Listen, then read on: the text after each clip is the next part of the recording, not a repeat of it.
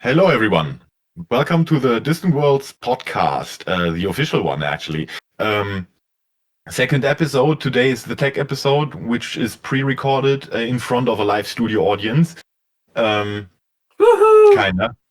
Yeah, and with me are Dr. Nagi. He's gonna be here as my co-host. Hi. Then we have Kenny Rosser, Hello.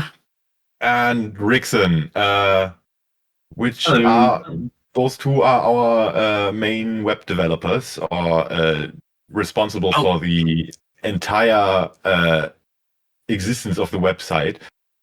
So yeah, please go ahead and introduce yourselves. I forgot and I kind of blew the AA introduction there. Sorry. Oh, well, you've completely ruined it now. I take total offense. I am not a web developer.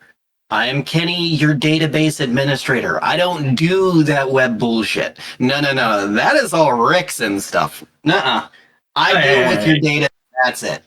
Don't throw me under the bus like that. I'm Kenny, and I'm a tech person. So no, we have a good team of people that are helping support us. But yeah, Kenny and I are two of the main people working on the data and the website and the production you see of how we've been able to develop our tech stack. Yes, awesome. So yeah, we decided to talk about that today in excruciating detail. We teased it last week. No, we have to say 2 weeks ago in our last episode.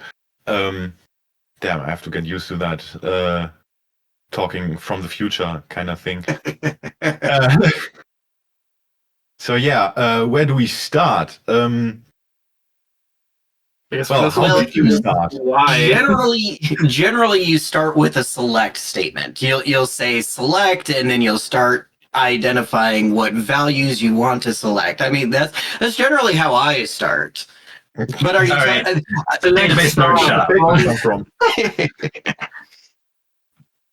No, so I guess we could probably start with kind of the genesis for the idea of the website and kind of go from there. The website was a concept that the Distant Worlds 3 admins really kind of came up with.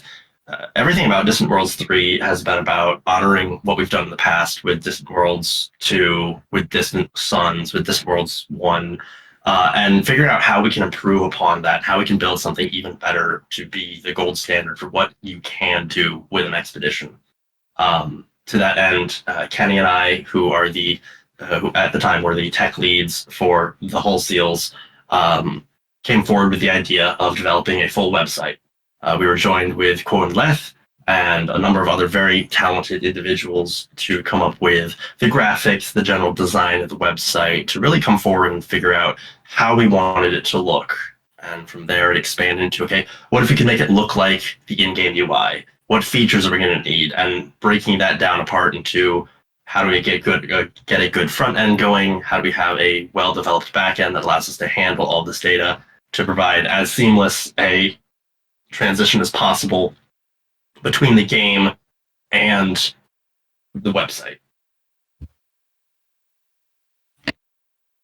Yeah, and also, how can we build out these tools, the website, everything's to help alleviate a lot of the behind-the-scenes stuff that the Distant Worlds 3 team does, such as planning and organizing events and making them known to everyone.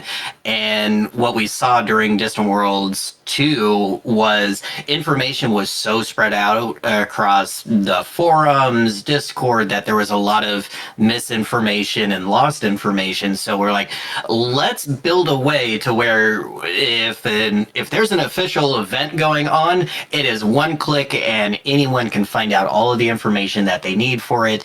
And how do we make that so that Rickson and I don't have to sit there every single time someone wants to create one of probably, I'm guessing we're going to have upwards of 50 events. Don't hold me to that. I'm just making an educated guess on how many events we're going to have based off of previous ones. Was we needed to make an easy way for the admin team to also be able to utilize the website. So that's a lot of the design theory behind it was ease of use for literally everyone. I make the joke a lot. You'll see it in FleetCom when someone asks a question of, "Hey, how do I do this?" and then it's literally a button click away. I make the joke of so easy a caveman could do it. That kind of is part of the philosophy behind everything that we've done. Is super simple. Yeah, so you had to develop not just the front end kind of stuff, but the entire back end with user management and whatever. Yeah, that's right. So we started actually with an established account system. We were built off a platform called UserSpice, which both Kenny and I have great familiarity with, which kind of gives us that built-in user management.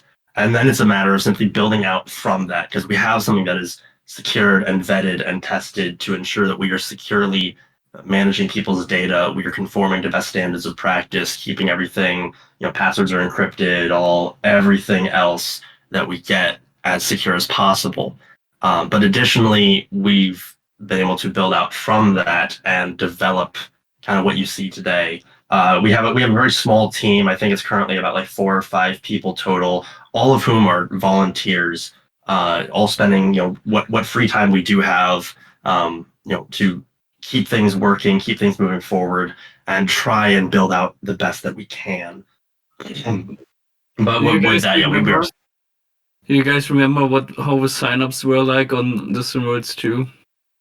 Oh God, I hated that. Was one of the main reasons why I wanted to be part of the roster team, and with Rickson really pushing to go to the website, is Google Forms is great up until you have about 5,000 entries, and then everything starts breaking down. Whereas we're built off of an actual relational database. This system, if we have to scale up the servers that we're currently renting, we can scale it up, and we can handle our system, I believe, without repeating a single roster number, we can handle about 100,000 registrations, and you won't notice any sort of system impacts when you go to the website, just because it's not Google Sheets. Yeah, on DW2 we had a forum post which also had a mock-up mission design from Elite with a button that you needed to click that was looking like the accept mission button in game, and then you got a Google form, and that Google form asked you to save the edit link, as it's called. That you need if you wanted to change anything. And there were a whole lot of people who did not save that link, me included, but I never needed it. And they had to DM Q about it if they wanted anything changed on that. So now that's way easier, right? Absolutely. So that was kind of the big driving factor. I think the single greatest factor, if we can identify one, was the concept of I don't want to have to remember an edit link. We want everything. I can just log into my account.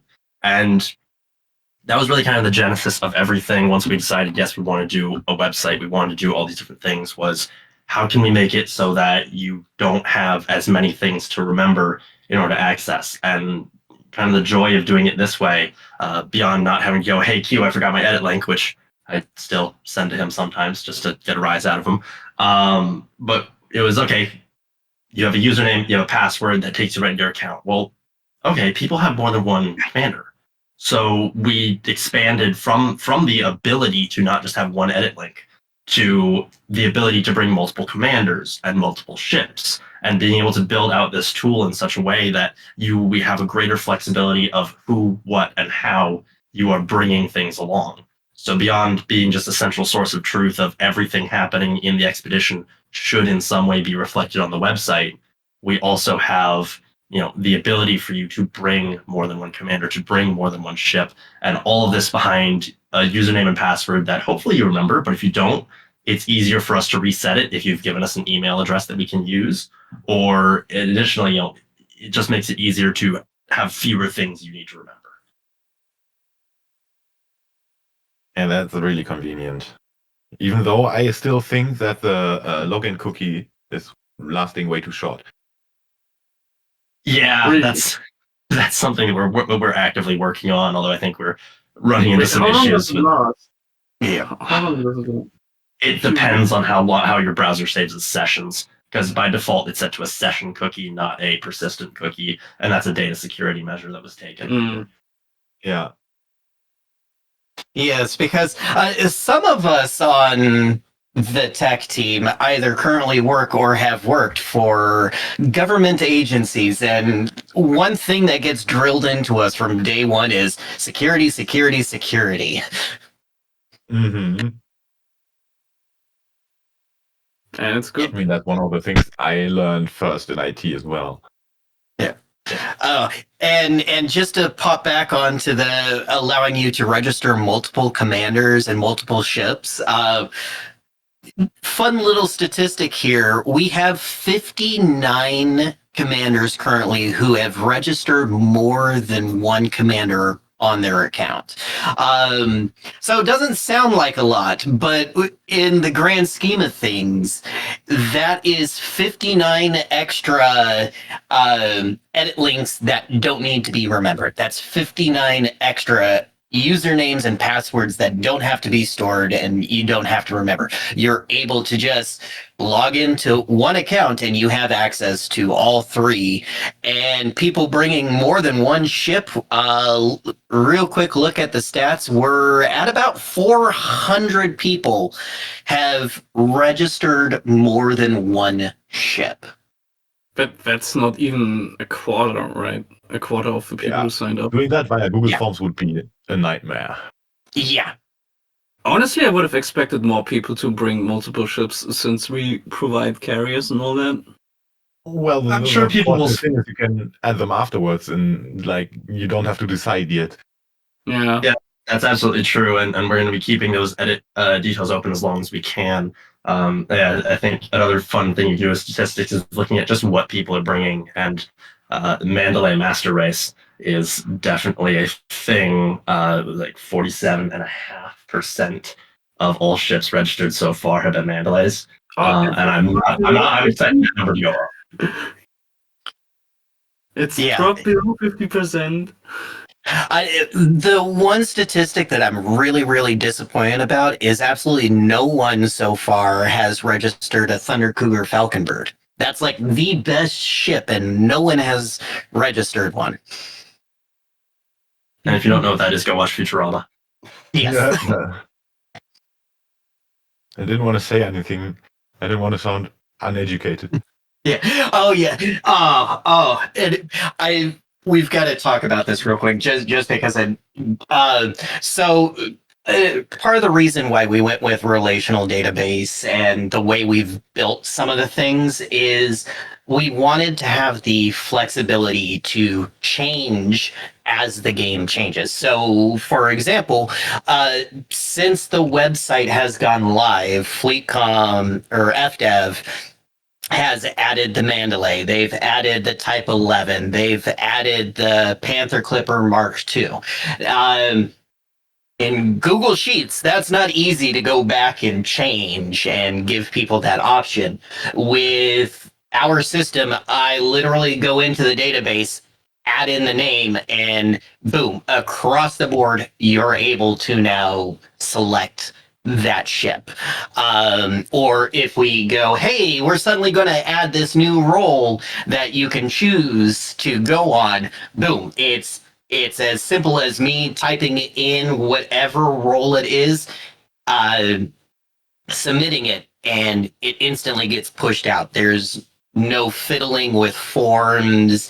There's no having to go back and trying to add extra checkboxes or anything like that. The system can handle it all with a few simple clicks behind the scene that no one other than the tech team is going to see. I have a question about the ship's registration. So the maximum amount you can register is 6, right? Correct. How did you decide on this particular number? The short answer. Jeez. The short answer is it was sort of arbitrary. The longer answer is it was really sort of arbitrary. That was a discussion among a bunch of members of the org team, the expedition administrators, who basically, really, when it comes down to it, the DW team is our customer for this product that we are developing, and so a lot of what we do and develop is based along their specifications. And the number we were handed, was consideration with the staff, was a good balance, was 6 total ships. That being said, I personally fully expect some people to bring 7, 8, 9 ships, but only 6 can be formally registered on the site, and that was the number decided on. The same reason that 3 commanders was the number of commanders. That was the requirement handed to us by our customer, and that's what we've gone with. But we do have the capacity to expand that if so desired at a later time. But why not 7? It's such a much better number. Because that'd just be odd. Yeah, no one likes odd numbers. What? Everyone likes prime numbers. God, I hate prime numbers. So if you get 3 That's commanders, you should get 7 ships just to make an even 10. There you go. I had people actually asking me why can I if I want to bring more ships or can I only bring the 6 ships, or some people take these things for too granted. I don't know best way to express this, but yeah, I guess you get what I mean. Yeah, and we have the capacity to expand that number later if the powers that be decide they want to change it. But our guiding principle was what the requirements submitted to us by our customer was, and the numbers we were given was 3 commanders and 6 ships. Yeah. And realistically, looking at the live fleet statistics right now, there are only 8 people who have registered 3 commanders and only 29 people who have registered 6 ships. So the need to support more than 3 and 6 really isn't there. It can be done. The system is fully capable of handling it, but that's what the powers that be wanted it to be. And looking at the statistics, I honestly don't really see a need to push past those numbers, especially since we've got over 3,000 individual players registered and 3,100 individual commanders registered. I'm not really seeing the need to expand it any further. Yeah, it's going to be edge cases. That also being said, thing. Yeah. Oh, go ahead. That being said as well, I mean, like, just because there's only 3 commanders per account, that doesn't technically stop someone from registering multiple accounts. If they really needed 6 commanders or 9 commanders or something like that, we're not saying you can't register multiple accounts. It's just we don't see that being a large enough edge case that we need to expand the base number. With that said, if you forget your username and or password, don't create a new account thinking you can re-register your commander with the new account. Our systems do not allow a commander to be registered multiple times, and I've had to fix and delete multiple accounts this way because people forget their username and password and then go, oh, I'll just create a new account. No, don't create a new account. Use the password reset tool or contact us. Yeah, there's a contact form on the website for that. There's been some. And yeah, And I know that at time of recording, we are behind on a couple of those emails and requests for assistance. So hopefully by the time this airs, we are caught up on that. But we're fully aware that we're a little behind on that, and we're trying to catch up as best we can. Unfortunately, life finds a way and gets in the way sometimes.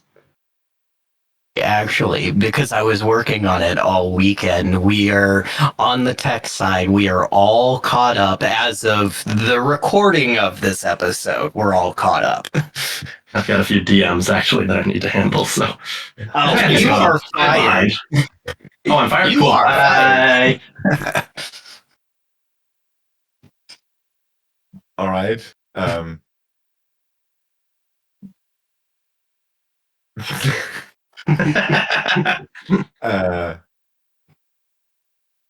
All right, I kind of lost the thread. Nagi, help me out here. Sorry, I just answered a question in a chat somewhere. We are professionals.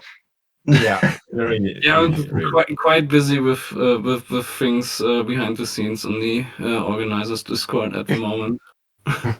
Yeah, things are always going on over in the organizers Discord. I swear, I go to sleep for 8 hours and I've got like 2 million messages, and it's like, Jesus Christ, people.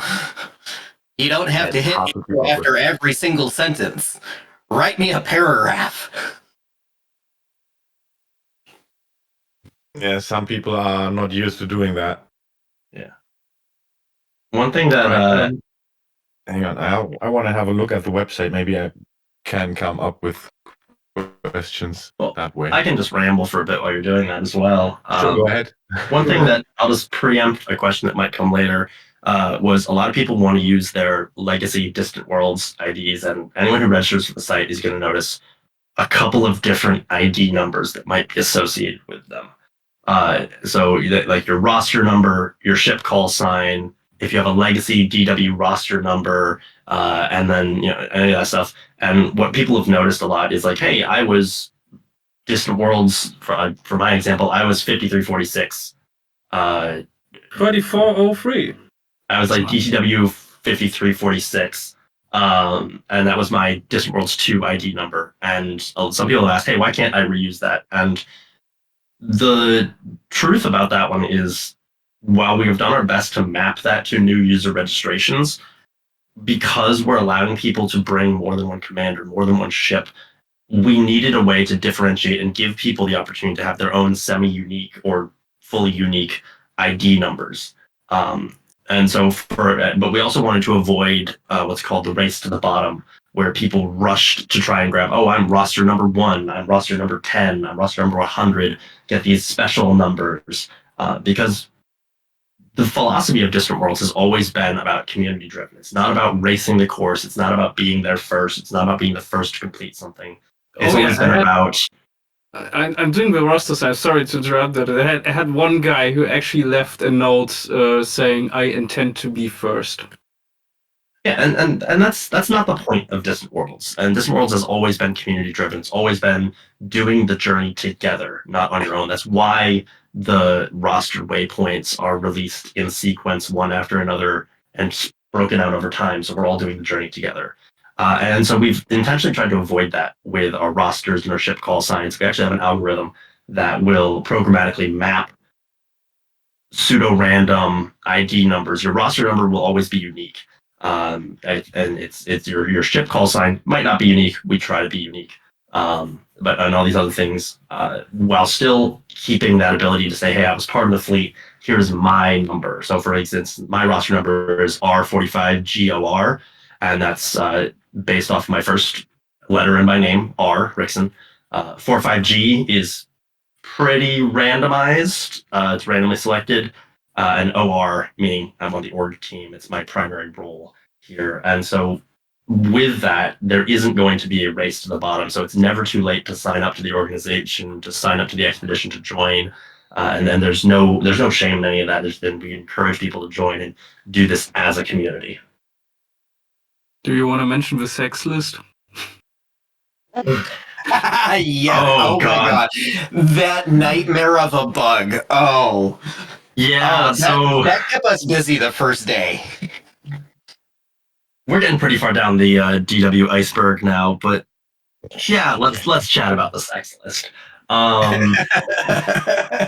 So as you heard, the last two letters of your roster number are your primary role. The primary role EX is Explorer, which is the default if you don't choose a specific one. So you can always imagine if the last letter of the randomly generated section ends with an S, then you are, for instance, R45 sex, which I can't believe we didn't catch during testing. But at the same time, Inappropriate. that's just where we I mean, are.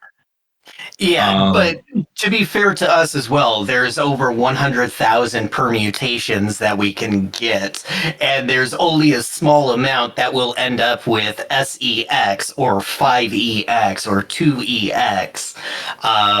So I can't blame us completely, but oh my god, they all happened on the first 2 days of registration, and everyone immediately noticed it, and we're like, oh god. Yeah, a lot more people chose Explorer than I thought they would. But yeah, that was there's a problem. There's a problem called the Scunthorpe problem, and that is the unintentional blocking by a spam filter because a text contains obscene language. So it's named after a town in England called Scunthorpe, Scunthorpe. And those of you who are good with words might realize that there's a rather inappropriate word in the middle of that. And that is the Scunthorpe problem is how do you block offensive or unacceptable content without actually blocking legitimate words? And it's a problem that has existed since before 2000, before Y2K, all the way up to the modern day. Like the U.S. government has this problem like a couple months ago in one of their websites of blocking this type of thing, and we ran into the exact same thing both in reverse and in the reality of trying to find a way to generate roster IDs, ship IDs that aren't going to include these obscene characters.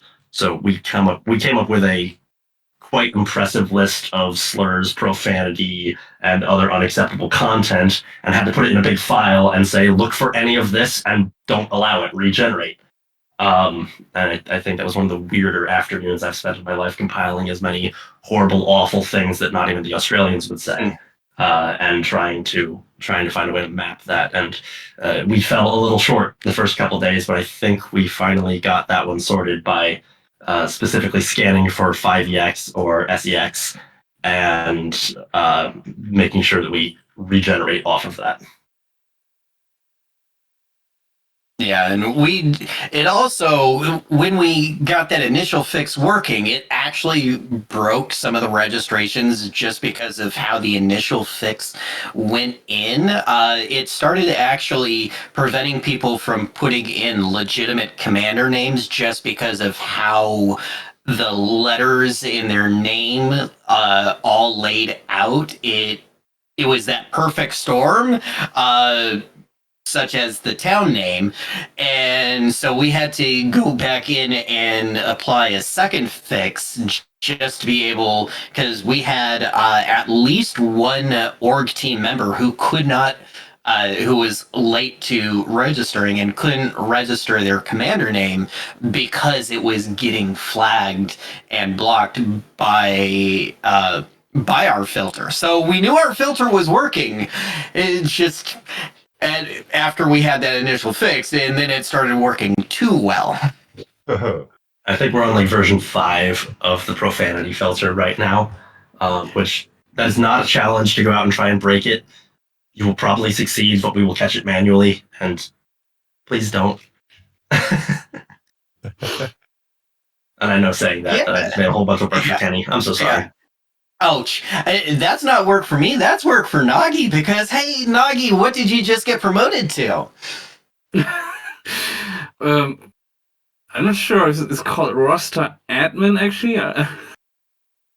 Yes. Dealing with sign-offs, at least. Yeah. So every single every single account that is registered, every single commander that gets registered has to go through an approval process.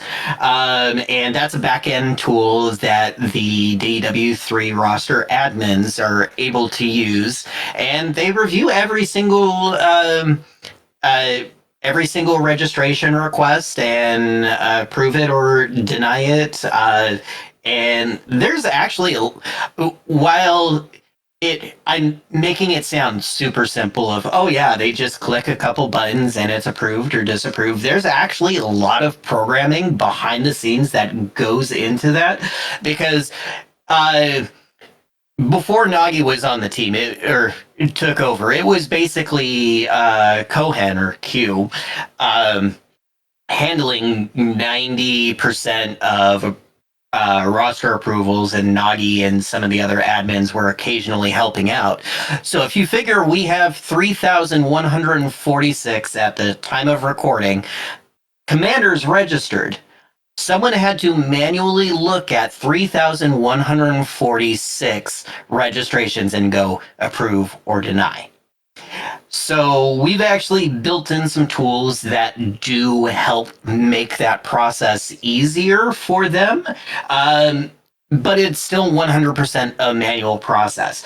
Everyone who's approved or denied anything like that was not done automatically. I know AI is a huge thing going on right now, and every major company is jumping on board because, oh my god, AI is the future.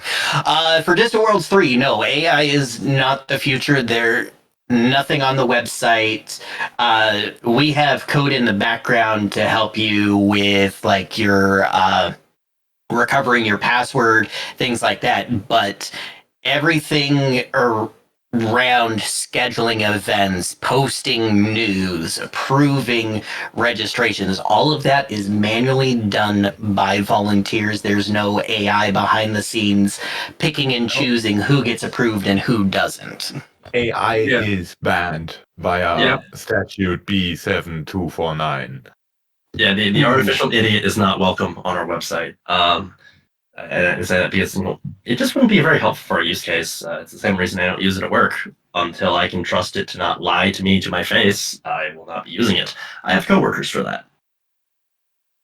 As I mentioned in the last episode, it's also really interesting because you get to see what kind of people sign up, like from what squadrons do people come that sign up.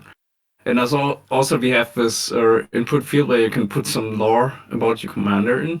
Some people type out some really elaborate lore, and then some others just say like, I'm just an explorer, blah blah blah. Some people just say, I don't know what to put in here. Don't worry about it. You don't need to put anything in there if you don't know what to put there. You can leave it empty. And yeah, it's interesting to see what people come up with. Yeah, and I don't know if I can say it publicly, but I mean, well, if you can always now, then mute it will it. be. yeah, I'm not gonna say more than best of commander bios because there's people who have bios on their profile on the website which are insanely well written or funny or whatever. And Well, it's really a treat to go through those and have a look at what you find. Yeah. The following commentary is unavailable in your area. If you go onto the fleet roster, you can actually like, hey, I'm gonna pull up that Michael and let me see. Oh yeah, Michael has a cool little bio there. Allow him to introduce himself. He's the delightful, enigmatic commander, that Michael. So yes, you can actually go out onto the fleet roster and read people's bios. That was part of the reason why we gave everyone the chance for bios is, hey, let other people read about you. Distant Worlds is a great way to meet fellow commanders out there, especially in the exploration community. We tend to be solo players. We go off and do our own thing and don't see another player in the universe for months on end. This is a completely different way to explore. You're going to run into people constantly, and your bio is a great way to let other people know a little bit about you, because they'll be able, if they interact with you in game and they see your name, they can search you up by your name and go, hey, who's this person? What are they flying? If you provide a link to your ship build, if they're curious about how you built your ship, boom. If you provide the link, they could pull it up. This is all public information for you guys to get to know each other a little bit better. So the more you provide, the more you're going to get out of Distant Worlds 3 and out of the website. It's more than just let me go to the homepage and see when the next event is and what the next waypoint is. There's so much more that you can do with the website. Yeah. So when did you decide to not use sounds on the website? So almost immediately. Yes. The whole concept was basically, unfortunately, we're a volunteer team. There's only a couple of us. We all have our professional careers. We all have other hobbies, second jobs, third jobs for some people, and the amount of time that we have is very limited. As a result, when we were originally designing and patterning out what we wanted to do, we came up with basically following a Kickstarter idea of stretch goals. And it was, here's the minimum product that we want to have deliverable, polished, and looking good for the customer and for the users. And wanting to go from there, we wanted to expand out to what can we get done with the limited time we have, with the skills that we currently have. And some things very quickly became apparent of either they would not be able to be polished well enough, we don't have the time to add it in, or we simply don't have the people with the know-how in order to complete. Unfortunately, that's meant some things like the mobile design of the website, it kind of suffers a little bit because we just don't have anyone with any experience in mobile web development to help us sort this out. And if we did have them, it would still be difficult to have to completely remap the whole website. It's the same reason we don't have sounds, is just we don't have the time to make that a polished enough feature that it would not be insanely annoying for a subset of users. Because, you know, it might sound cute the first, second, third time for some users to, every time you push a button, have an in-game UI little sound blurb. But how can we build that out in such a way that is catering to the people who want that, while still catering for the people who absolutely under no circumstances want that, without getting on their nerves? And so basically, because we haven't had the ability, time, and resources to find the right balance, that has been pushed pretty far back to the point of almost being dropped.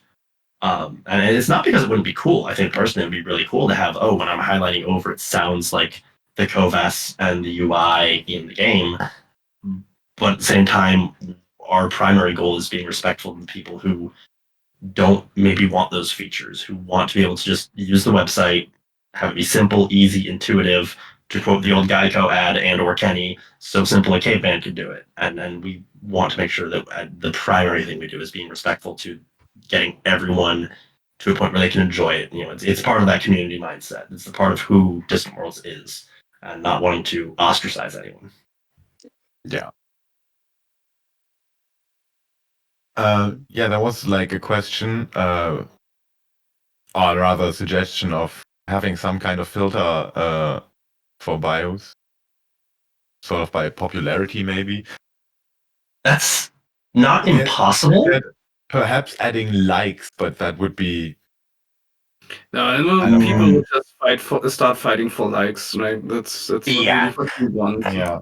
Yeah, I would not be in support of a like system for popularity. Filtering for commanders that do have bios, if you want to read bios, that potentially could be something. Rex and I, we'd have to go back and look to see how doable it would be. We already have the logic for do you have a bio or not, because that's built into the initial UI. If you don't have a bio, it just says, "Hey, commander has not provided a bio."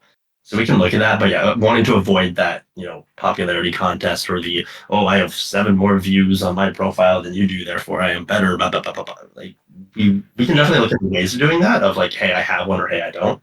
But I'm not sure that a like system really would be mentality. Yeah, that's the same exact reason we went away from the roster numbers being sequential 1, 2, 3, 4, 5 to the random generated. Is we wanted to get away from that competitive nature that people tend to bring in, especially with a massive exploration event where there's no race, there's no prize at the end for coming in first for being the most popular. It's honestly that I feel would take away from the experience that is Distant Worlds. And then there's one guy who intends to be first. And remember good for that one guy. He's not going to win anything special.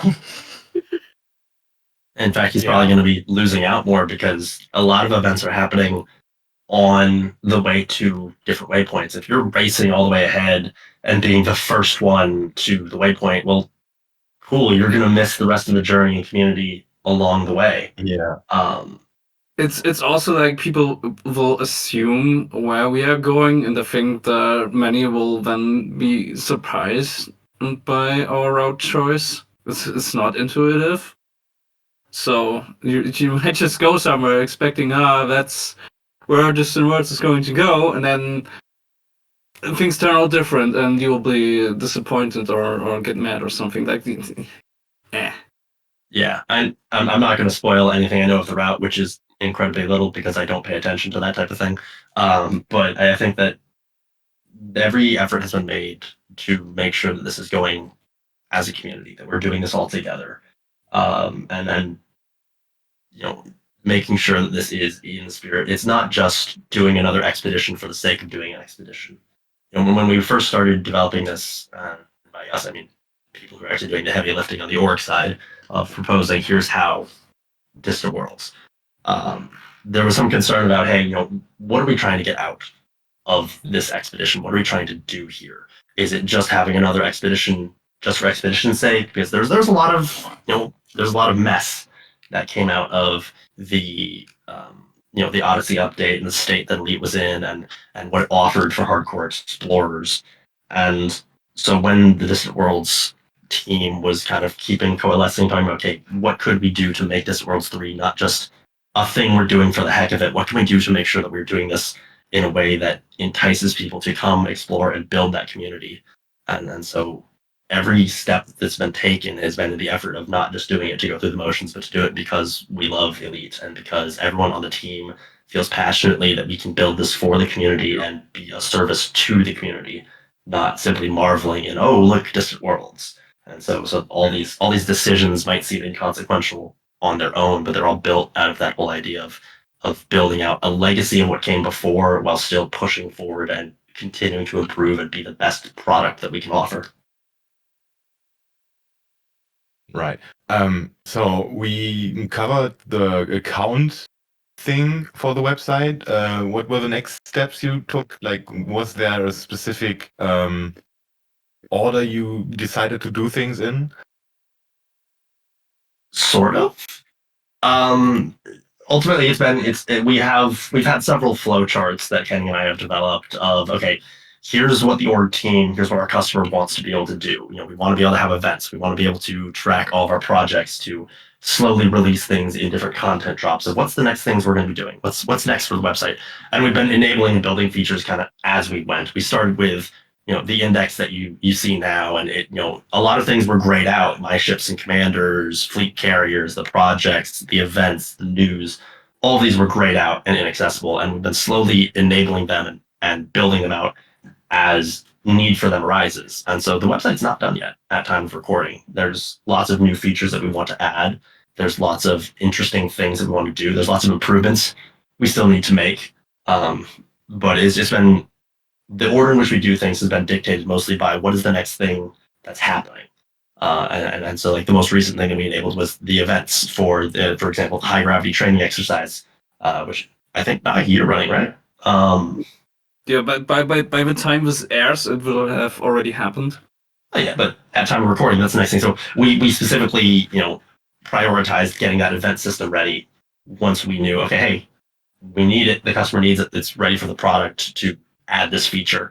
And so we've been that's been the guiding priority. And after that was, okay, how can we make this be as cool as we can for everyone? I think we started working on this probably in January of this year at time of recording, is when we first started sketching out what would the UI look like, how's the database going to be built, what different features and packages do we want to have bundled with the website for people to do, how are we going to integrate things like Meta Elite, other stuff. Yeah, these all started in January of this year. January 26th or 27th, I think, is when I first started sketching out database designs and running it by Kenny to make sure I wasn't making too many catastrophic mistakes. And we've just been continually going since then. So there's been a lot of lead up and development time in this that might not seem apparent on the surface, but it's been a long, to quote Star Trek Enterprise, it's been a long road getting from there to here. But it's getting closer. And what, you forgot about that? Well, I think the intro song is just the cheesiest one of them all. Oh, it's absolutely cheesy, and I love it to death. And with your no Enterprise slander in my presence. I mean, I love the show itself, and if you listen to the intro often enough, you're kind of gonna start to miss it afterwards. But still, that quote. What can I say except you're welcome? Stop there now. Yeah. So as Rickson was saying, we started building all of this back in January, and the account system, honestly, itself is mostly oversimplifying it. Is we install it and we load up a database, and then from there we tap into its features. So really building on from the account registration, it's just each individual system kind of sort of builds on itself. You can't register a commander until you've created an account. You can't show up on the fleet roster. You can't be approved. You can't get your roster number until you've registered your commander and your ships. You can't get your ship ID until you register a ship. So a lot of things just get built on top of each other, like Rickson was saying. Well, step one is this, so as we get to each new step, we're going to enable new things. So in the back end with the database, that's what I do, is I just sit there and go, okay, next thing that's going to be added is probably going to be the Expedition newsletter. So I know I've got to create in the database, I'm going to have to create some programming to allow our newsletter team to be able to submit and store their data to the database. They need to have a way to edit it. And then I also need ways to monitor it to make sure that it's not being functionality is not being abused, because even in an organization, we had this issue with the wholesales at the very beginning when we were starting it. Is we had someone on the team who we thought was trying to help us, wanted to be part of the team and everything, and behind the scenes they were literally destroying everything to the point of we had to start over from scratch. So there are tools in the background that we use to monitor everything that's done on the website, both with users and with the admins, to make sure that no one is trying to abuse the system, which thankfully, knock on wood, I, at least on my side of things, I've everything I've had has been all false positives, which as long as I'm getting false positives, I'm perfectly happy. But that's how we have to build it, is we have to give you guys a way, you guys as the admins, ways to easily do your jobs and get the information you need out on the website for the users to be able to view and access all of that information and register and do everything around that while also keeping the entire system secure. It takes a lot of planning. I think we went live, what was it, in at the end of June. I had clocked, just for me, for database work, over 500 hours just getting us to the first release of the website, where you could register your account, you could register your ships, and you could register your commanders. We didn't have the fleet roster up. We didn't have fleet statistics, the story, next event, expedition news. All of that was disabled. 500 hours just for me as the database administrator. That's not counting all of the work that Rickson did and the rest of the team. So there's really a lot that goes into building out. Even when you look at it, it looks like, oh yeah, it's a simple website. I can click buttons and it does things. There's a lot that goes behind that. Oh yeah, it's simple. All I have to do is click buttons. I don't even want to know how much time Q and everyone else on the team, spent working on these different things. Like, there's been an incredible amount of work from the team on how we can get this all sorted. But it's security has been the forefront of everything we have tried to do. And my background is cybersecurity. I'm not a programmer first. I'm not a developer first. My primary focus is the cybersecurity. And, that has been the guiding principle of everything we've done, is how can we do this securely? How can we do this to protect people's information and data? And how can we do everything we can to make sure that we learn lessons from past mistakes and not let those happen again? And it takes a lot longer than you think it would. Like, I even underestimated how complex some of this stuff was going to be. And it's been incredible just to watch and continue to develop, and also figuring out how things can go wrong and preparing for that. Making sure that everything we do, where we host our stuff for legal compliance matters, where we route our traffic through, what integrations we do and don't have, making sure that our terms, conditions, our privacy policy, all that is as comprehensive as we can be, with the philosophy of your data is yours, but we need to be able to look at it and manipulate it if we need to. Things like the screenshot competitions. Okay, from a liability standpoint, if people are submitting us their images, we need the right to use them, but it's your picture that you took in the game. And needing to also balance, hey, we're making something that looks like the Elite Dangerous UI. Frontier, are you okay with that? And so there were actually email chains that the admins had with Frontier, with the developers of Elite, to make sure, hey, this is what we are intending to do. This is how we are intending to do it. Is this okay with you guys? And so there have been some constraints that we've had to abide by to make sure that, hey, people know these designs mimic and are meant to honor Elite. But any assets that we use from Elite, that belongs to them. This is all their stuff, and we are using this with permission. And I know that at the beginning, some people were confused by all of the legal technicalities and the terms and conditions and privacy policy. Mm-hmm. But the underlying philosophy has always been, you own your stuff, and we are going to protect it as best we can, and we're not going to be selling it. We're not going to be using it to make money. Everyone on the team is a volunteer. And any things that happen to raise money or anything, that goes directly into reimbursing what people have done. But no one's making profit. No one's taking your stuff and selling it to make money. We don't have ads. We don't have external trackers. We don't have Google Analytics. We don't have any of that stuff, for the exact intention of your stuff is yours, and privacy is the most important right that you have. So it's been very important for us to guard that. I don't recall seeing a privacy disclaimer or a cookie banner on the site when I first opened it. So according to our understanding of the laws, because we do not use those optional cookies, there are limited disclaimers or anything we still need to do. At the bottom of the page of main index, there is a legal button. That legal page does bring you to our privacy policy, cookie policy, terms of service, media release, our stance on cheating, which is don't, come on now, and our in-game security of, hey, we exist in a private group. We are here in a private group. What happens if you're not in a private group is, that's on you. Don't understand that everything that's official will be hosted in FleetCom. And that's been something that's been very important for us to get across. But we don't have a cookie banner for optional cookies because we don't use any. Everywhere possible, we reduce the amount of tracking, the amount of analytics, all that other stuff.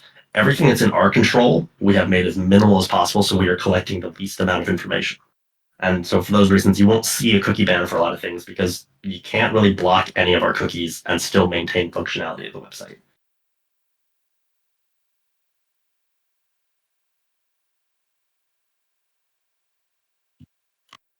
All right. Nox Uvern. I hope I pronounced that right now that I got the actual names that instead of MIDN. One more question. I want to help somehow with Distant Worlds, but I'm not sure how I can help and where I should go to offer my help.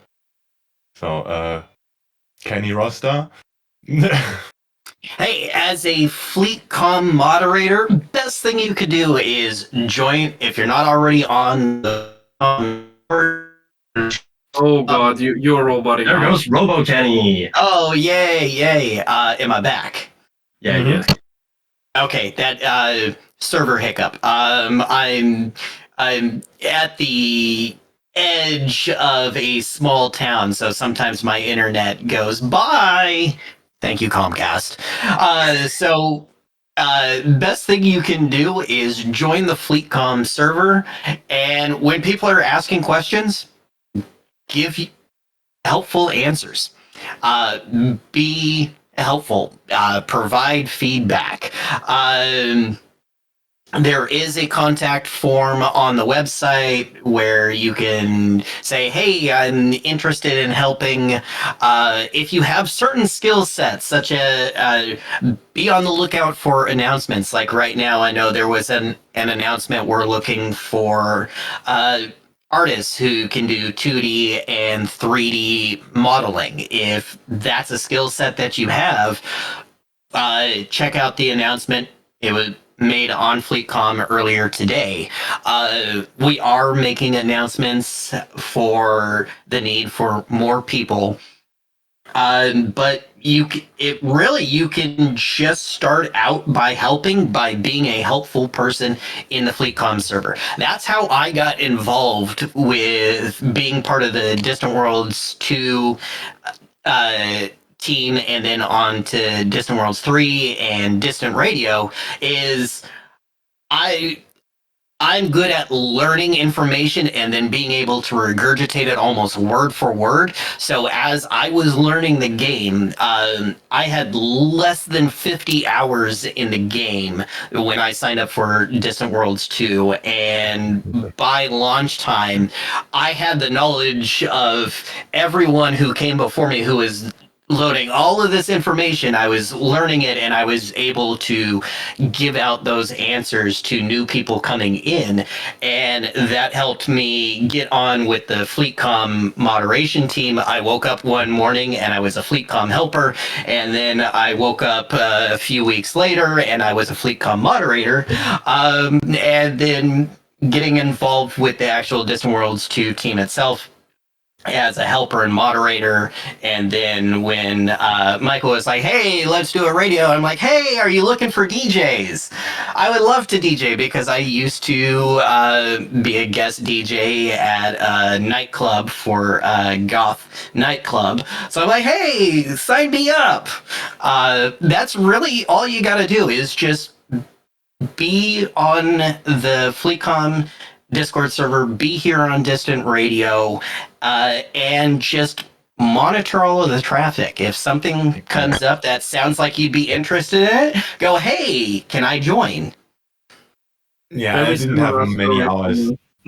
I think I was below 50 when joining sorry, been signing up for Distant Worlds 2 as well. So kind of a similar story. Sorry, Nagi. Go ahead. Yeah, what Kenny said basically, a very similar thing with me. and Michael just went and said, "Hey, I want to do a radio station." Yeah. I mean, I had experience in doing web radio before, and I wasn't aware of Lave Radio or Radio Sidewinder back when I suggested Distant Radio. So I kind of was, just in the impression there was no radio at all. So I kind of just suggested this. The feedback was very positive, so I set this up. I had already had the Discord server running, so I just renamed it and added. Well, when I had the logo, I added the logo. To this day, I still don't know if Lave Radio actually does music shows or if they only do their banter thing. They do their own kind of thing in terms of they're not an actual radio anymore. I think they had a time where they actually had scheduled shows over the week, and that was probably during a more active time in Elite. But back to the website, and unfortunately, one of the, I would say, main website developers is not here and cannot be here, I think, because he's on the road, which is Q. We already mentioned him before, but he was responsible for most of the visual stuff on the website.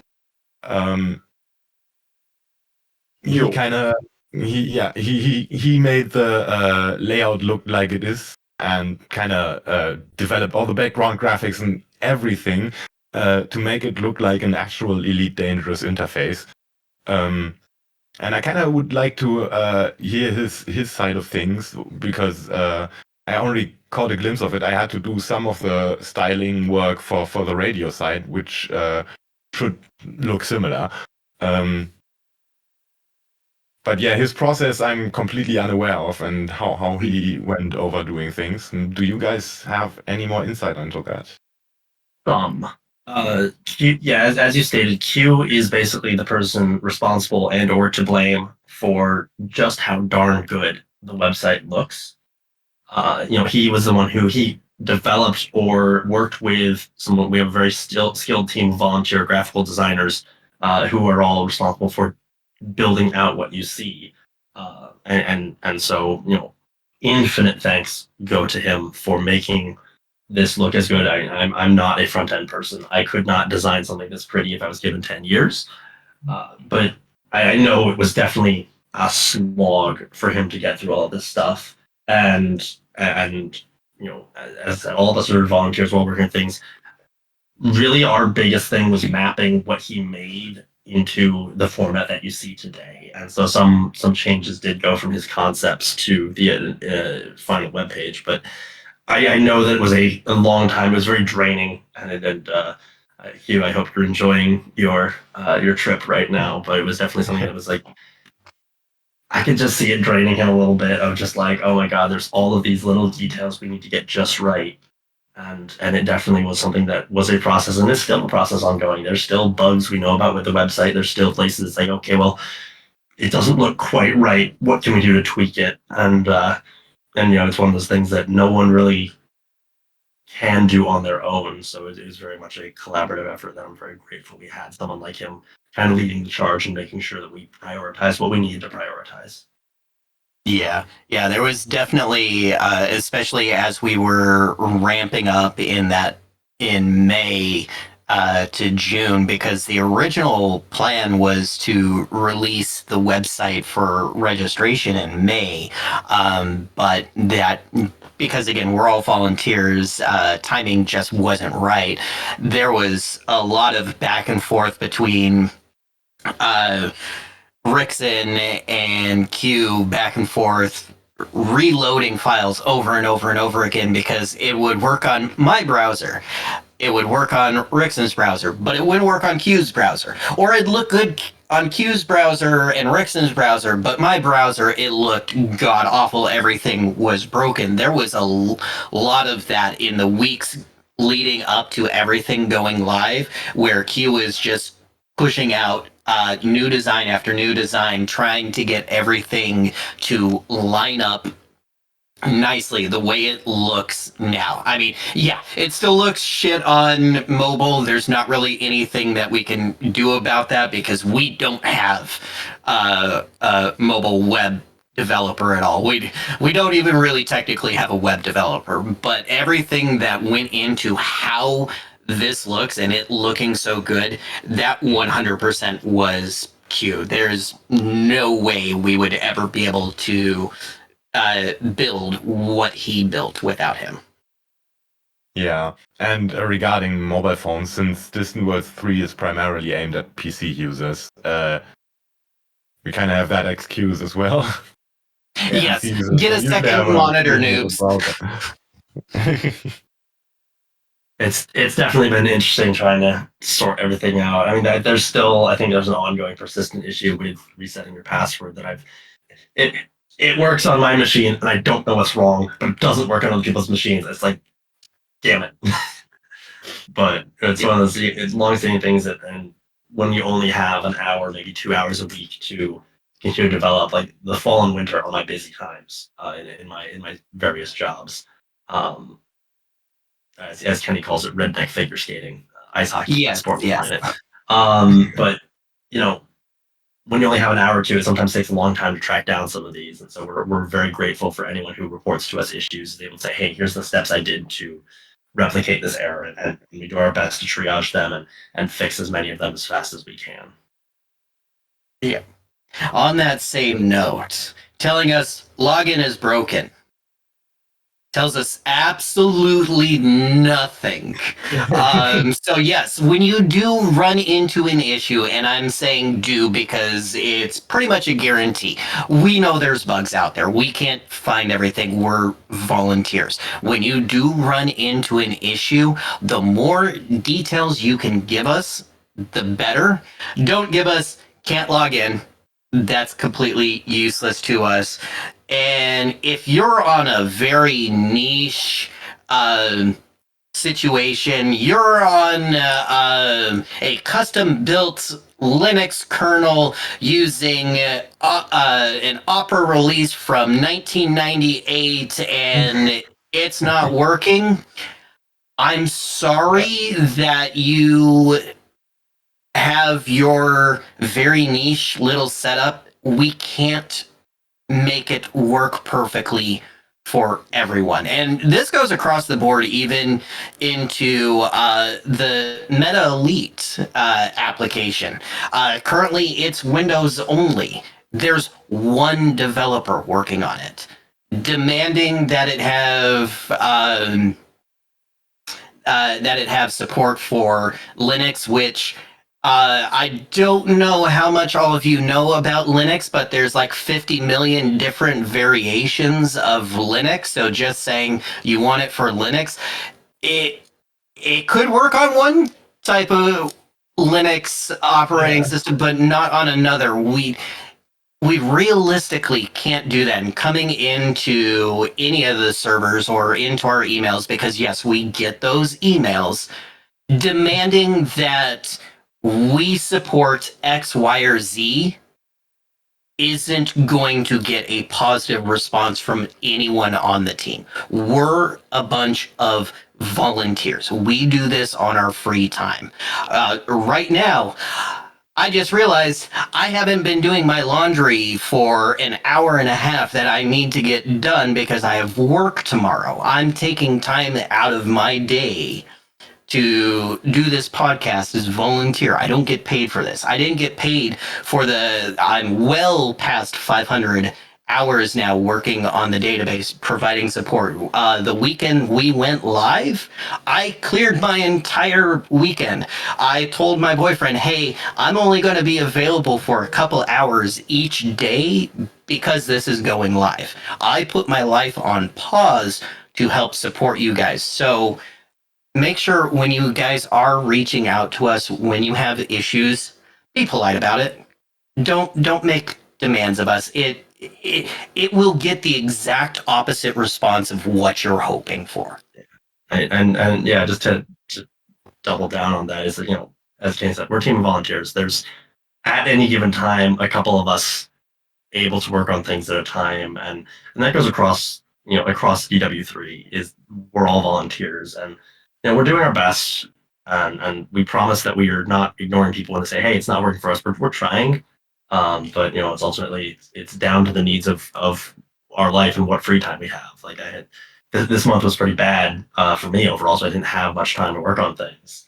And so it's been very important for us to catch up and also provide the best experience for everyone. And sometimes that means those niche issues need to get deprioritized so that we can help the most amount of people as we can. That's very sensible. I don't think anyone would have an issue with that. The internet's full of humans, and humans respond to things in various ways. Almost everyone that I've had the pleasure of interacting with in my entire Elite community experience has been phenomenal. I think Elite has probably one of the best gaming communities on the planet. And that is in no small part due to the number of people who are able to spend time in developing things. You look at EDCD with all the community tools. You look at EDSM, the former EGTB, which I still look back on fondly. The Distant Worlds expeditions, the community forums, the fuel rats, the hull seals, all these various groups all exist in the game, and no one would be here if this wasn't a spectacular community to be a part of. And so, but with any community, there's always going to be that very loud, small subset of people who are just the worst. And Elite doesn't have a very large community like that, but unfortunately, with any group of people, there's going to be the one loud and obnoxious person who just thinks that their shit doesn't stink. And we get that, and we hear it, we see it. But it's one of those things is we want to work with you, we want to meet you where you are, but you got to meet us where we're at too. Breaking news. Shit stinks. Everyone's farts smell, including yours. Yep. Mine.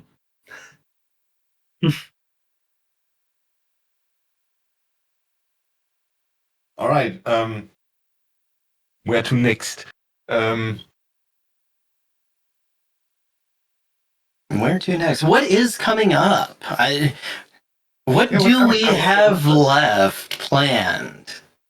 Well, that's straight out. I just got some good news from Ophon, but it's no longer going to be relevant for those listening to the upload later on. I guess at time of recording, the biggest three things that we still have to do. Four things. I'll add this one in. Expedition newsletter, integration with Meta Elite, because we want Meta Elite to be integrated completely with the website, that people can see their progress and the whole expedition's progress on these various missions. The waypoint system, obviously, we're not going to reveal the waypoints. I'm so sorry. We're not going to have that spoilable. But also, we want to work with that, and also how do we accept things like stellar screenshots and other stuff like that. One thing that we've had to deal with is, because we are an international group, we have people from, I think at last count, how many different countries do we have, Kenny? Like over 50? Oh, yeah. Yeah, we're on 5 continents, well over 50. We've got 91. people in 91 different countries represented. Yeah. And so that is 91 different bodies of law that we are all needing to make sure we comply with. That is 91 different rules and restrictions and of who can do what. In the United States, you've got things like COPA, which means you have to be 13 or older. In EU, you have the GDPR, which says how we have to mandate our data security. In the UK, they've decided that Imgur is bad for some reason. And so we're having to deal with, okay, where can we host our stuff? How can we host our stuff? What is the best balance for everyone while complying with all the laws that we're aware of? So for instance, like, hey, we can't host our stuff on Imgur because it's not available in the UK. But we have currently over 560 commanders in the UK who want to play this game, and Elite is, get this, made by a UK company. So how do we abide by all of the different laws and restrictions without offending the other ones? And so, those are considerations that we've had to have, discussions we've had to have, meetings that we've had to schedule about those things. And it's been very important for us. We host the majority of our stuff on our own web servers. We host everything we can locally so that we are not exposing, hey, someone's reaching out to our website from this location in trackable manners. But it's not perfect. And those are considerations as we're continuing to develop additional services, get requirements from our customer, the DW3 organization, and continue to develop different features of how are we going to do this? And so that's when something that's what's next really comes down to what do people want to see? This expedition doesn't just belong to us as the website developers. It doesn't belong to the organizers. It belongs to the people going on the expedition and what they want and what they're expecting out of the expedition is what we're going to try and provide them. So that really, what's next is the loaded question. Unfortunately, no one will get a Thunder Cougar Falconbird, but we can certainly try and provide as much as we can. And at the very end of DW3, I'm going to change my ship registration, make it a Thunder Cougar Falconbird, because yes, that is it's an option in the database. You cannot select it on the website, but yes, it is an option. Yes, we will have one Thunder Cougar Falconbird registered at the end. And the number of jokes that are hidden in the website. If you dig into the source code and you dig into some of the stuff that I think you can access if you know the right places to look, there's a lot of Easter eggs and inside jokes hidden in here just because Kenny and I have been working together for so long that it's kind of scary because every once in a while I have to go, wait a second. This variable, why is it called that? Oh, it's called that because of this joke, which leads to this joke, which leads to this joke, which leads to a misspelling of this word. And it's incredibly stupid, but it's so much fun. And the only way this really happens is if you're enjoying what you do. And we also really started putting those into the Meta Elite campaigns, by the way. Excellent. So look out for them. Yeah, one that we could easily joke about that doesn't really cause any sort of security concern is platypus. How did we ever come up with? It has been so long now that I've forgotten. We never say platform; it's always platypus. So if you're on Xbox, PC, whatever, it's not the platform that you're on; it's the platypus that you're on.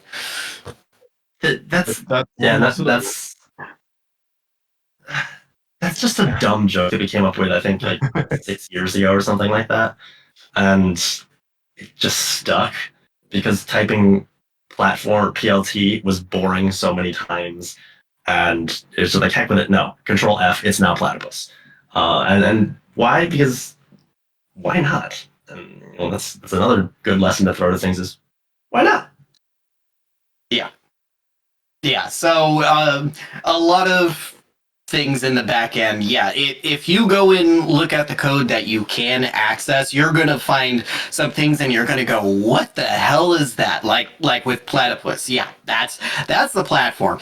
And it's like Rick has said, is when you're spending hundreds of hours looking at this code, trying to fix that one little stupid bug that doesn't want to be fixed, you have to be able to take a step back, joke, and that's one of our ways is we'll put funny little things in just randomly. So like here, let me pull up the, let's see here, the ships look up.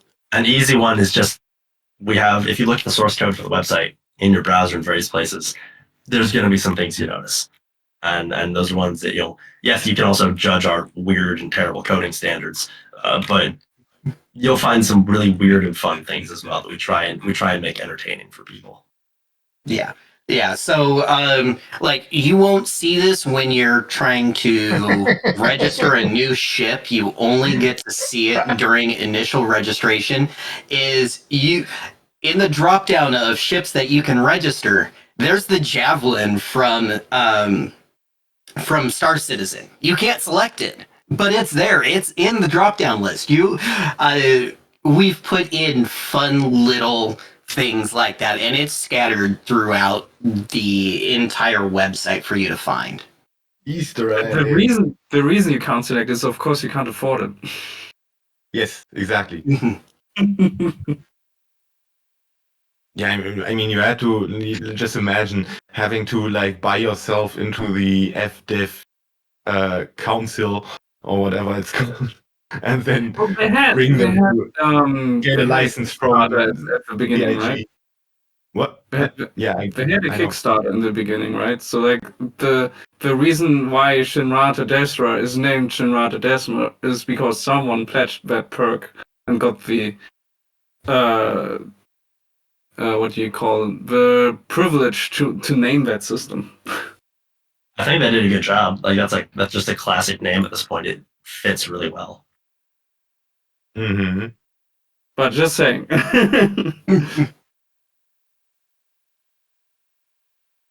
Yes, yeah, I found one of the Easter eggs, which is pretty easy to find. Some of them are hard, some of them are easy. He's probably talking about index page. I'm not gonna tell. I'm gonna have people look for them. DM it to me, because unless Rickson has hid some that he hasn't told me, I'm aware of every. Oh, you have. Okay. Yeah. Incoming. The let's see here. Oh yeah, yep. No, that one I 100. Yeah, that's like one of the easiest ones to find. And yes, it's in more than one place. Yeah, now I'm kind of interested in scrolling through every single page and find the comment and stuff. Excellent. Go for it. It just means I need to add more. Yes. Yeah, there's even the logo of one of the project is also kind of Easter egg. if you will. I gotta remember which page that's on. Excuse me while I go and open all of them. Yeah, but Yeah, not gonna go through them now. Yeah. I mean, it depends how your pattern recognition works, but yeah. Yeah. When Dragon designed it, I immediately saw it. Yeah, and the grand prize for all finding all of them is Nothing. Yeah. what? You have a good chuckle. That is your prize. Yes. Already have I that. will give you a digital cookie. Already got a cookie from the website. I will give you 15 company script, which can be cashed in only on Sundays, except the store is also closed on Sundays. So I have to break in and cash them in myself. I guess so. Yeah, I can do that.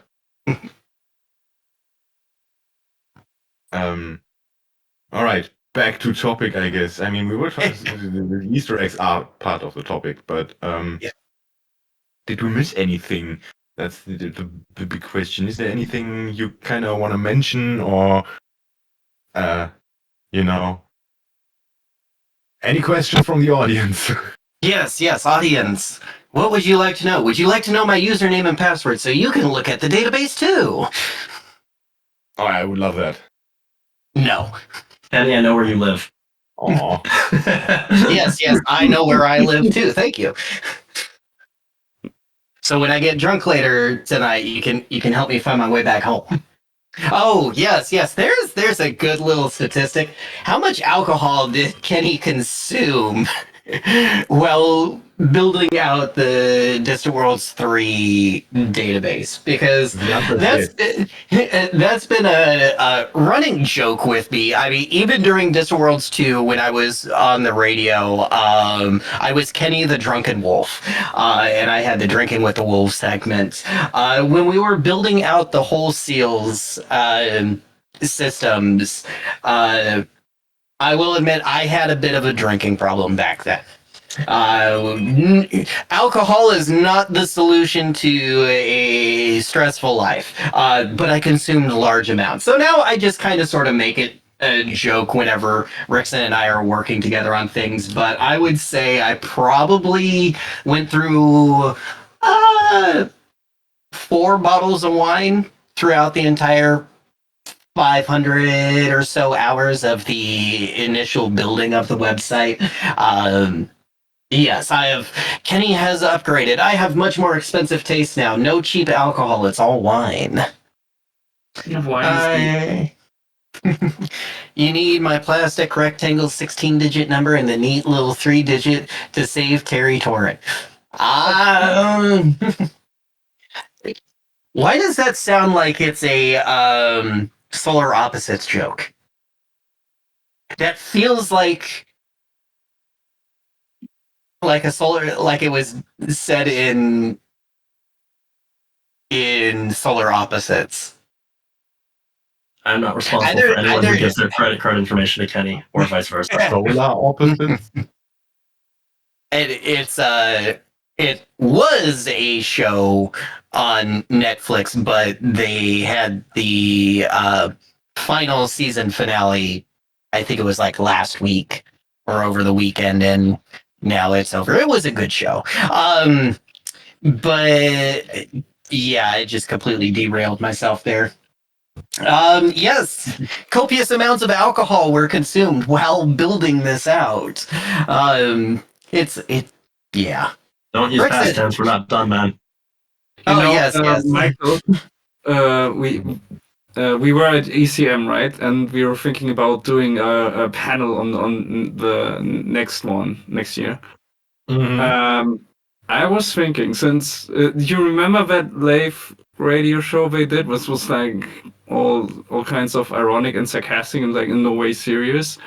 And if we could do a humorous fleet statistics thing, so that would be one thing we could include. Hey, if there's anything that we track in the database, we can make statistics out of it. We just gotta get the request. We'll just make things up. I already have some ideas. Oh, I can do that too. I'm excellent at making things up. Work on a concept for that, and the distant radio panel is going to be a thing. So maybe, or did you already get? Make sure you got time next summer, or the money to come to Europe. And it's also being live streamed, so even if you can't attend in person, you'll be able to watch. Yeah, but we want them to attend in person. Yeah, of course. We need people to join the panel. So, what is my favorite statistic in the database currently? That's a good question. So, I have two statistics. Statistic number one, which shouldn't be a statistic, but it is actually a statistic right now. There is one Distant Worlds 3 organizer who has not completed registration on the website. I will not name and shame them, but there is one person on the website who has not done it yet. But I'll give everyone a hint. It's not me. Yeah, it's definitely not Rickson and me. But in total, so our live statistics show that we have, at the time of recording, 3,079 players. So that would be 3,079 accounts that have gone through the registration process and had their first commander approved. In the database, we have, at time of recording, 3,530 registered accounts. So that means we're looking at 420 some odd accounts that have not completed the first step of registration, which is registering their first commander. How does it even work exactly? Like you click register account and then you just leave it there, or? Yeah, so I don't think this. Stop me right now, Rickson, if it is a security concern, but the process of going of those 3 pages to get fully registered, that if we talk about the workflow of that would no, you're fine. We're fine to chat about that. It's your account isn't actually fully registered until I think the end of the second page. But if you've completed those first 2 and then close your browser tab, you won't actually get to your first commander registration, and the website shouldn't let you do anything until you've actually completed that third page. I think there's one or two people who may have been caught in edge case on that one, which again works on my machine, but not on everyone's, which are annoying. Has been causing some frustration. Yeah. Yeah. So yeah, it is once you fill out all of the information on the second page, the first page is saying, yes, I agree to all of the terms and conditions, and you have to click accept on every single one of those. There's no just select all. No, you have to click each button to say yes. Then you get into the what is called step one player registration. That is creating your account with us. Once you finish step one, your account is created in the database. You can relog in with your username and password. If you provided us your email address, you can reset your password via your email address. But at that point, you have not done anything within the Distant Worlds 3 registration system. You've gone through our user account system. Then it sends you into our registration system, which is a completely custom built system for everyone to be able to register their commanders, ships, lore, yada, yada, yada. So it is possible to register an account and never have registered a commander. Yeah, I think if we're going on what our favorite statistics are, I really don't have a single favorite. Although I do enjoy looking at the number of people who have registered, who have been matched as legacy. Like, hey, this is also someone who's on Distant Worlds 1 or Distant Worlds 3302. And I think today, I think we're a little over 7% of original Distant Worlds 3302's roster has signed up for Distant Worlds 3. And seeing that legacy of people, every expedition has been bigger than the last. And, from Distant Suns to Distant Worlds 3302 to Distant Worlds 2, and now into Distant Worlds 3, I mean, we still have lots of time to go before the roster closes. But, just seeing how this has continued to develop and be a thing is probably my favorite thing. I think Distant Worlds 3 hit 3,000 people 7 months after it opened. We have been open, our roster has been open for 4 months, and we're already surpassing that. So we're on pace to continue to eclipse what happened during Distant Worlds 2. Well, to be fair, we are also closer to launch at this point. That's true. That's true. But, just looking at the slope of how things went during Distant Worlds 2, I think we have a good shot to hit, a pretty large group of people, and seeing, there's still a community for exploration and all this in Elite, and continue to show that, hey, we have 3,000 signups, so yeah, definitely. I mean, 3,000 by itself is already huge. More. Yeah, The of course, longest or always craziest more. commander bio you've seen, or if you've spent time on reading or poking at it. Honestly, I just kind of fly over them. I don't really read through the long ones. It's like when I go to approve registrations, I have like usually a couple pages of people that I need to do this for. So I'm not like I'm just scanning. Do I see anything that strikes me as odd? And yeah. not doing And- detailed read, if I'm honest. There's Yeah. a poem someone wrote as their bio. Maybe you can find that one, because I'm not gonna spoil it for you. Which was pretty long. So I'm not sure if it's the longest, but for me personally, it's the longest I've seen. Yeah.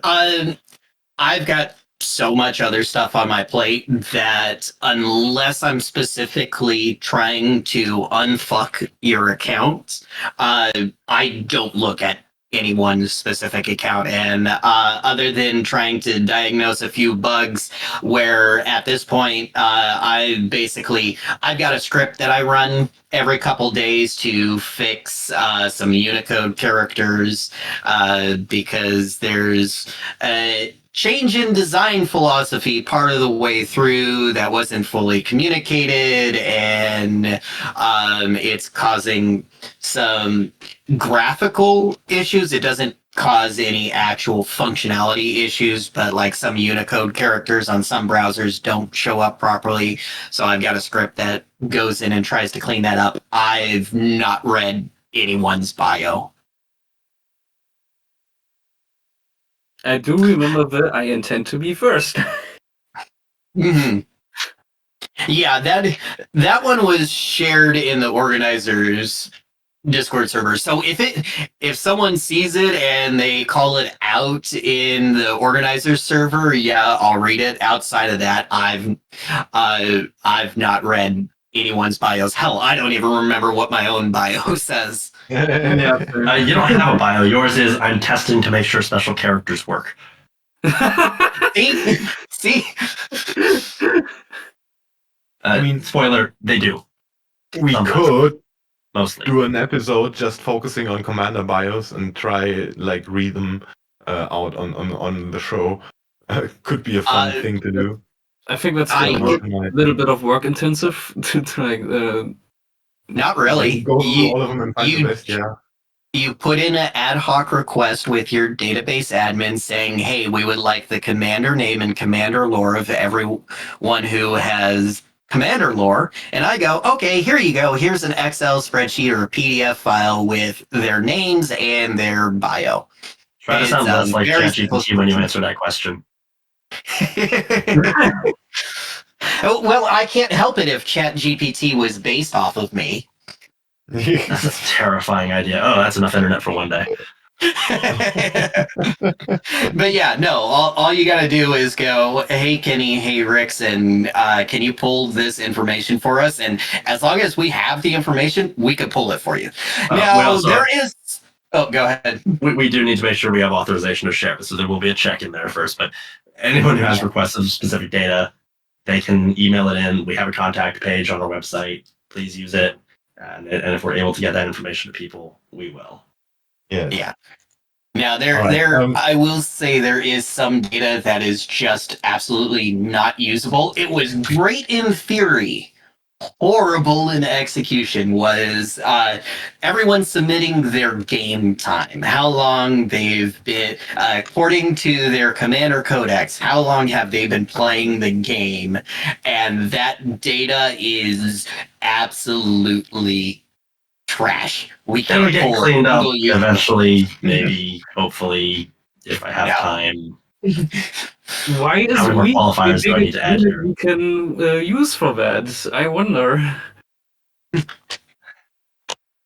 Does anyone have a guess why you can't use months as a measurement of that? Because Frontier. Yeah. No, it's because a month is not a set length. Yeah, I guess if they're just counting it as if Frontier's internal systems are just counting it as number of seconds, like Unix epoch, then they would run into that issue. We ran into the same issue when having the countdown timer on the website, which originally, if you actually calculated it out, had us launching sometime in like May or June. But we fixed that. You just can't measure time in months like that. So it's like there's months that have 30 days, there's months that have 31 days, and there's a month that sometimes has 28 and sometimes 29 days. Like it's not a fixed unit. So all because 2 Roman emperors had to have a month named after them. Yeah, well, ego. Yep. But I have a question. I'm not sure if we kind of already mentioned that kind of stuff, but what part of the site development was your favorite? I think my favorite was just seeing how much everything has changed from the first time we did this.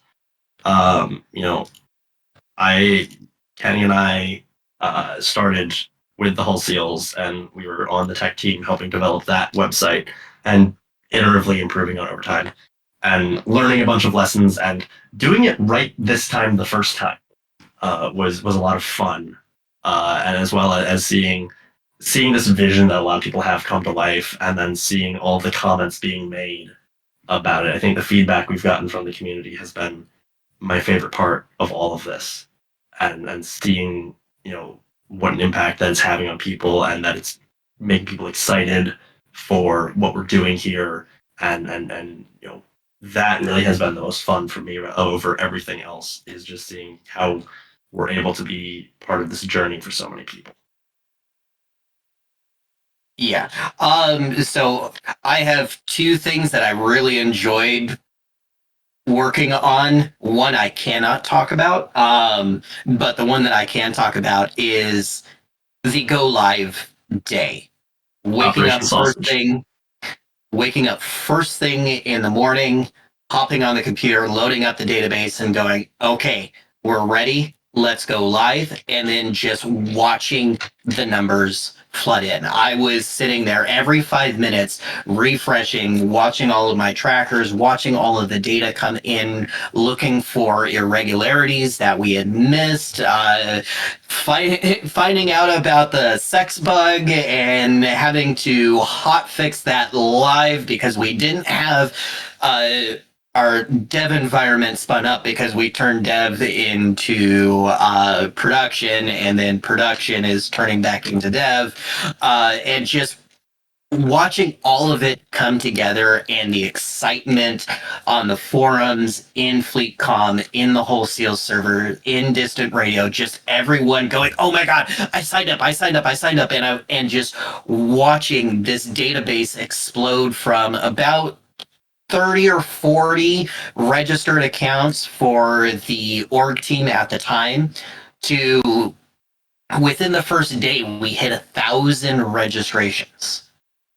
That was honestly, I other than the go live week of Distant Worlds 3 expedition starting, where we're going to have that last major rush of signups, is I don't think outside of that last rush, nothing's going to top that first day or two where everyone was super excited, and just getting to watch the database grow exponentially within minutes.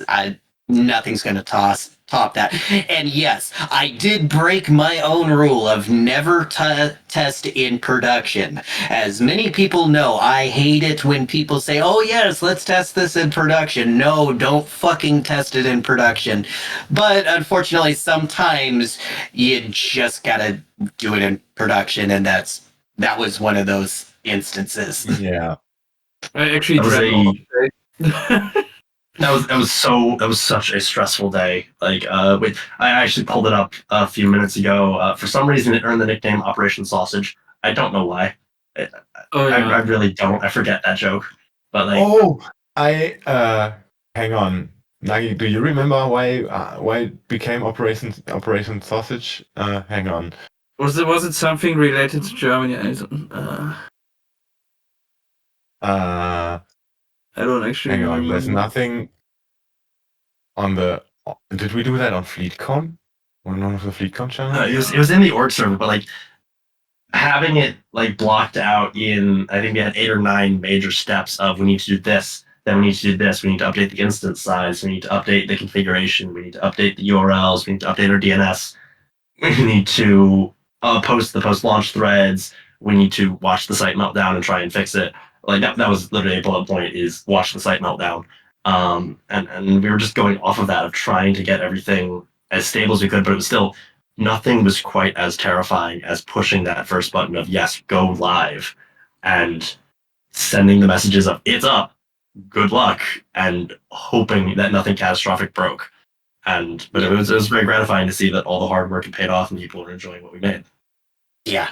getting to watch all of the tracking tools, all of the network traffic that we were getting, just seeing it go from this tiny little flat line to a sudden spike that went off of the chart just because of how much traffic we generated that first day. Yeah, that was by far my favorite part of it.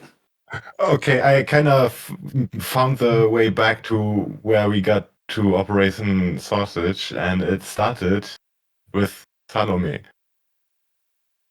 Salome to salami. Yes. Oh yes, yeah. I also remember the distant. I made a 3 out of salami. Yes. Yes, Uh, just saw the photo.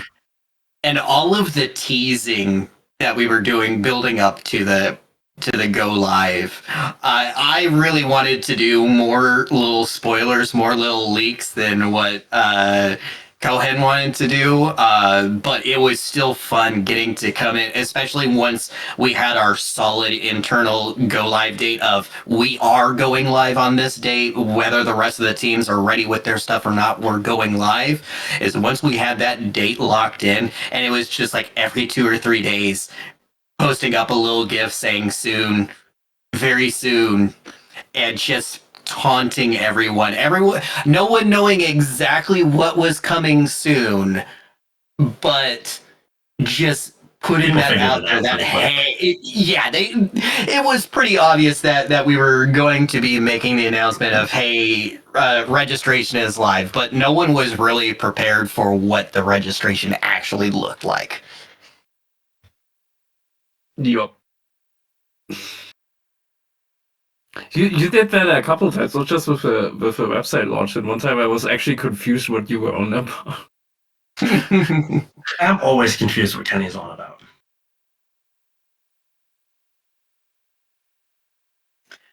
It depends on how many glasses of wine. Sometimes sober Kenny doesn't know what wine Kenny was even on about. Yeah, it's split personality kind of thing. Yes. Split personality wine disorder. Okay, I think we have to wrap it up soon. While we're on the topic of soon. Soon. Soon. So yes, more on the website coming soon. Yeah, as always. All right, should we wrap it up? Is there anything you really want to like mention, talk about before we end things? If you have any questions on the website, please feel free to contact us. If anything's broken, please contact us as many details as you can find. And we really hope you guys enjoy what we've made and we'll continue to improve upon. And happy flying. Yeah, I second that. Please don't hesitate to contact us. If you find something, let us know. We can't fix it if we don't know about it. But also make sure to give us some detail on it. But yeah, everyone fly safe and hope you all enjoy all of the upcoming events and Distant Worlds 3 itself. Yeah. All right. Yes. Very nice. Thank you for being here. Thanks for coming. Thanks everyone for joining in and listening. Thanks for the questions. And we will we will talk here, speak to you, listen to you, see you around in 2 weeks from not the day of recording, but the day of release of this podcast, the broadcast of a podcast. Like, comment, share, subscribe. You know the drill. Thanks for being here. I'm Michael from Distant Radio. We had Kenny Rosser and Rickson as our tech people from the org team. I was also carried by Dr. Nagi. Yeah, and that's it. Thank you and goodbye. Bye, everyone. Bye. Bye. Anytime.